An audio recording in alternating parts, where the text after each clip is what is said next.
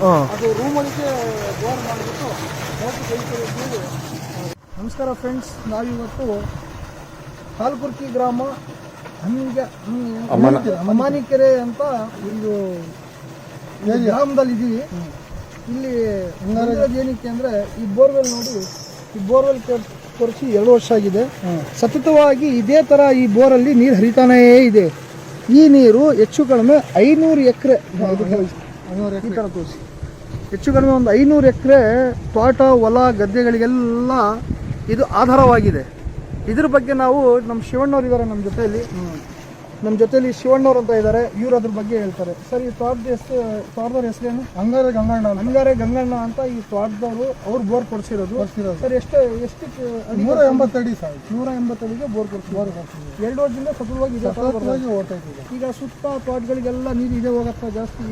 ಈ ಏರಿಯಾ ಎಲ್ಲ ಪೂರ್ತಿ ಈ ಕಡೆ ಇದೆಲ್ಲ ತೋರಿಸಿ. ನೋಡಿ ಈ ಏರಿಯಾ ನೋಡಿ, ಅಲ್ಲಿಂದಲೂ ನೋಡಿ ಸರ್, ಅಲ್ಲಿಂದಲೂ ಇದೆಲ್ಲ ಫುಲ್ ಬರ್ತಿದೆ ಇದೆಲ್ಲ. ಆಮೇಲೆ 3 ಬೋರ್ ನೋಡಿ, ಅಲ್ಲೊಂದಿದೆ ಬೋರು.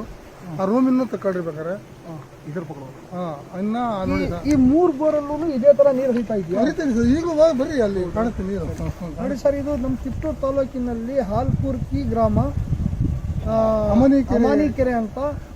ಈ ತೋಟದವ್ರ ಹೆಸರು ಅಂಗಾರೆ ಗಂಗಣ್ಣ ಅಂತ.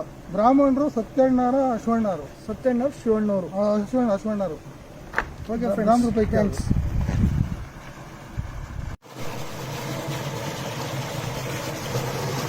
बोलो